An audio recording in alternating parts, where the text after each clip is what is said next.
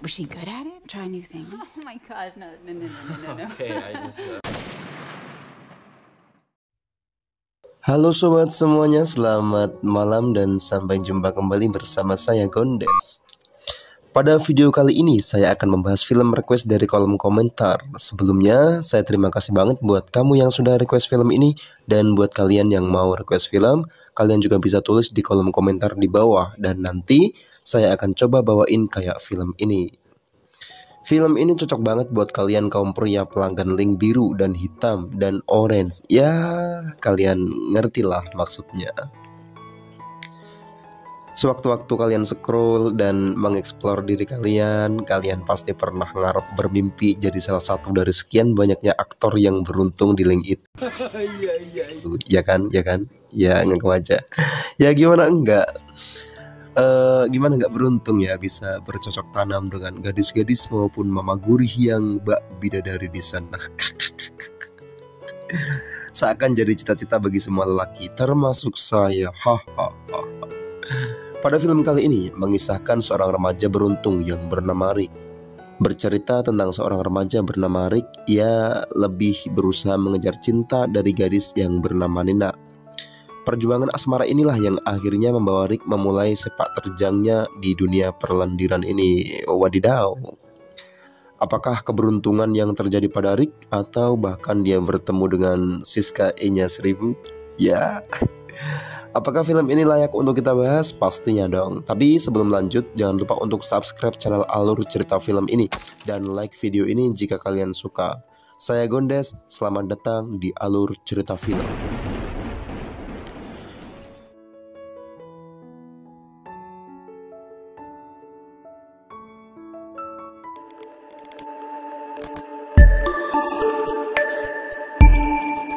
Dibuka dengan karakter Rick Steven yang digambarkan memiliki kehidupan yang cukup amburadul. Di sana dia kelihatan capek banget ngeliatin ibunya dengan hobi yang mabuk-mabukan.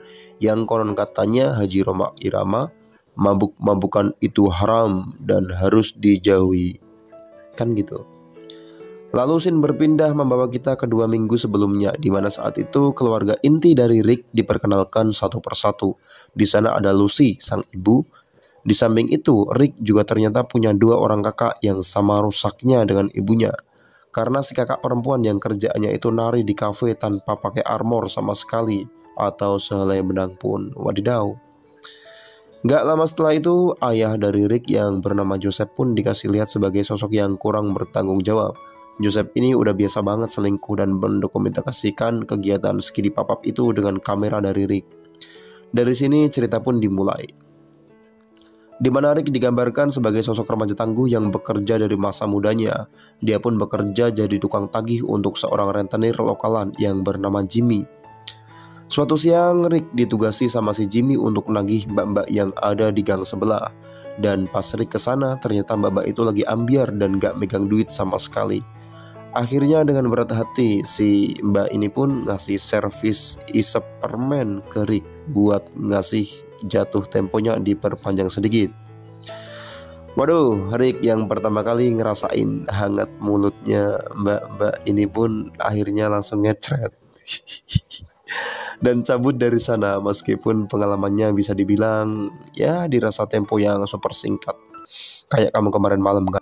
Rick tetap berkeinginan untuk pamer ke teman-teman tetangganya yang bernama Billy. Rick pun langsung menggedor pintu rumah Billy dan melihat yang keluar malah bidadari dengan spek yang Tante-tante itu bernama Tante Pamela yang akan menjadi pemandu Rick ke depannya dalam meraih cita-cita dan melakukan pagelaran budaya tentunya. Rick pun langsung bertanya dengan spontan dengan keberadaan Billy pada tante itu, dan si tante pun menjawabnya, "Billy lagi ada di kamar tuh," kata dia. Setelah mengetahui keberadaan dari sahabatnya itu, Rick langsung berlari dan menghampirinya di sana. Billy terlihat sedang asik-asiknya mengocok sonasinya. Kedatangan Rick pun mengagetkannya, namun tak menghalangi cairan sumber populasi itu keluar. Waduh. Setelah ngebersihin cairan itu dan memakai celana kembali, Billy pun mendengarkan ocehan dari Rick yang pamer karena baru saja mendapat servis gratis dari mbak-mbak gang sebelah. Senggol dong. Nampaknya Tante Pamela pun menguping percakapan tersebut dan langsung nyuruh anaknya itu keluar dengan alasan membeli udut dan ciki di warung Teh Sela. Hal itu semata-mata ia lakukan agar bisa berduaan dengan Rick yang ia ketahui telah terjun ke dunia perlendiran. Padahal ada udang di balik tempe. Tante Pamela yang melihat rumput hijau pun tak mau membuang-buang waktunya dan langsung melahap Rick dengan sekali ajakan. Meskipun Rick awalnya menolak, tapi rasa ingin tahu dari jiwa muda ini sangat sulit tertahan dan terjadilah aksi pergenjotan.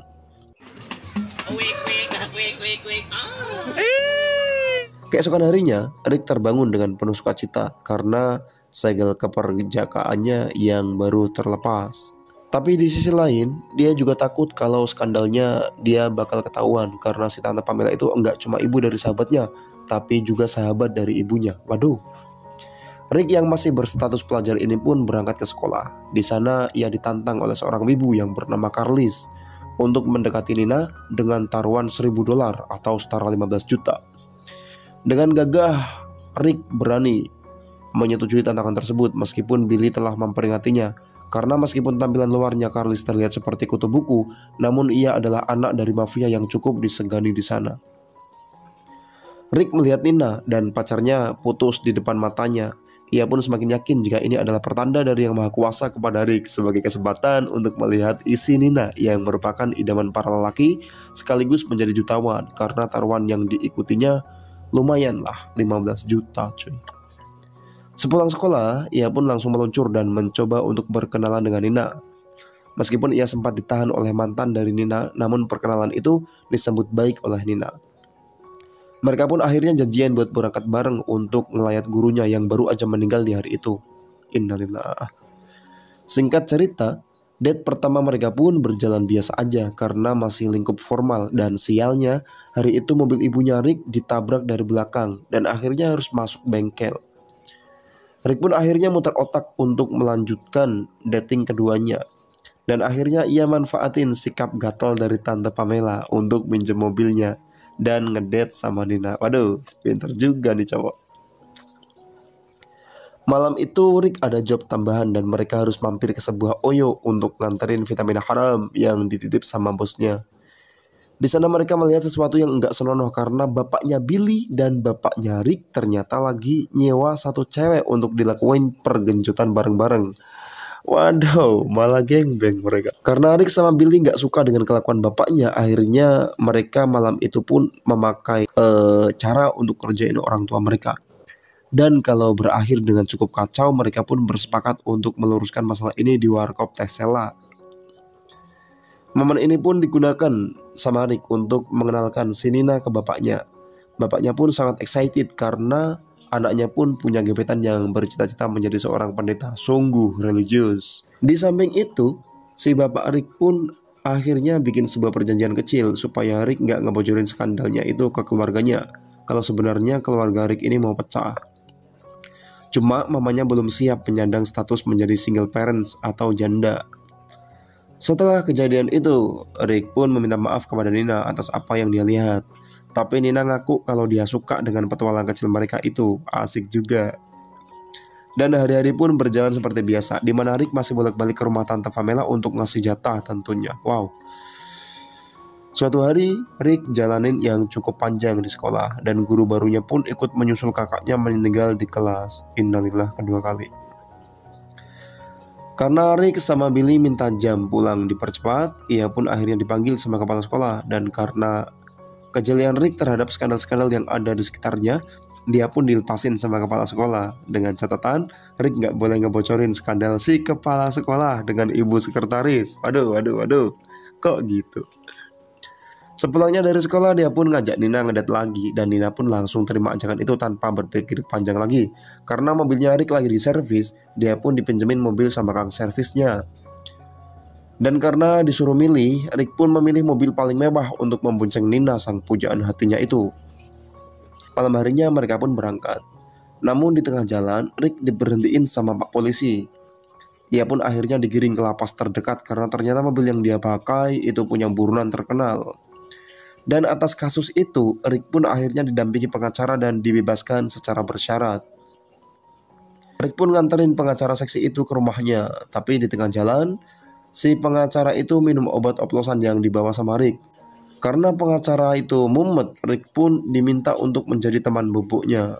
Awalnya Rick rada-rada tertarik, tapi karena terbayang senyumnya Nina yang merebak bagaikan bunga, akhirnya Rick langsung istighfar dan pulang ke rumahnya buat sholat isya. Nah, sholat segala. Sesampainya di rumah, Rick pun disambut sama geng kakaknya yang lagi nongkrong. Karena dia ngelihat banyak cewek di sana, akhirnya ide cemerlang pun muncul. Dan dia pun bikin pesta rumahan berbayar ke teman-teman di sana. Hal itu dilakukan karena tadi pagi si Carly sudah mulai nagih duit taruhannya. Karena pestanya itu cukup gede, Nina pun nyusul ke sana. Nah, di situasi pun menjadi semerawut. Apalagi di sisi lain, Tante Pamela terus-terusan ngajakin Rick untuk memuaskan hasrat manusiawinya. Waduh, ribet banget. Awalnya Nina masih bisa nahan emosi, tapi setelah dia tahu kalau Rick ini ngedeketin dirinya cuma buat taruhan, dia pun marah banget dan langsung pergi dari sana. Tapi situasi udah terlanjur kacau dan memaksa polisi datang ke sana dan menangkap mereka semua. Sebuah kejadian malam itu pun membuat Rick akhirnya dibenci sama Nina. Hampir semua orang ikut party di sana masuk ke dalam lapas dan ia pun kini bermasalah. Rick pun terlihat pulang dengan keadaan yang benar-benar hancur banget. Aduh, dek, cinta tak selamanya indah, dek. Mulai dari keluarganya, pacarnya, ditambah lagi pendeta di kompleknya yang kini musuhin dia karena penyakit menular yang disebabkan oleh Pamela yang sempat nyicipin mereka berdua. Wadaw. Tante Pamela juga sempat datang untuk ngegodain dia lagi, tapi Rick dengan prinsip yang mulai kuat akhirnya menolak dengan alasan untuk membenahi masalah keluarganya dulu di titik terendahnya itu. Mereka akhirnya memulai langkahnya untuk membereskan masalahnya satu persatu dengan arahan dari teteh misterius yang bohai. Siapa lagi? Si pengacara pastinya.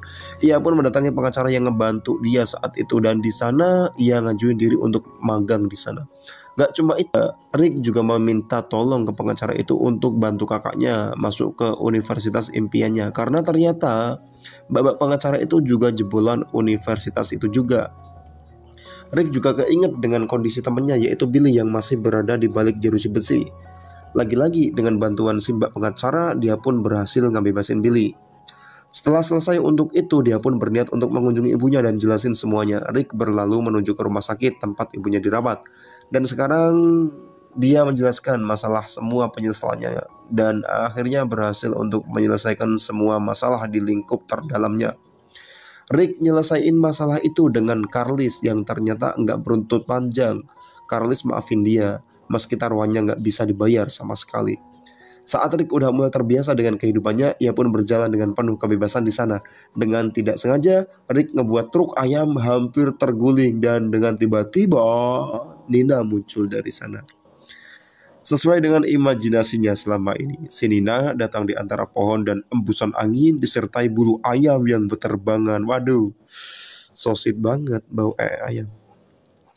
Di kesempatan itu akhirnya ngejelasin segala sesuatu dan meminta maaf kepada Nina. Karena Nina udah rada santuy, akhirnya ia pun menerima permintaan maafnya. Akhirnya menjadi kalimat pembuka hubungan mereka berdua. Siang itu mereka berdua pun berciuman di tengah jalan. Film pun berakhir dengan ngasih lihat Stephen, kakak laki-laki Rick yang kini udah nemu jati dirinya sebagai komunitas pelangi. Di sisi lain juga Billy sekarang udah jadi penari barbar kayak kakaknya Rick, tapi yang versi cowok. Setelah semua elemen, tempat, dan kebahagiaan masing-masing, film pun berakhir. Itu dia tadi alur cerita film yang nunjukin ke kita semua kalau setiap kebahagiaan itu perlu proses untuk bisa tercapai. Ingat, perlu proses dan banyak banget ujiannya. Udah segitu aja, semoga kalian suka sama filmnya dan cara pembawaan saya yang ala kadarnya ini. Thanks for watching, saya Gondes, undur diri, bye-bye.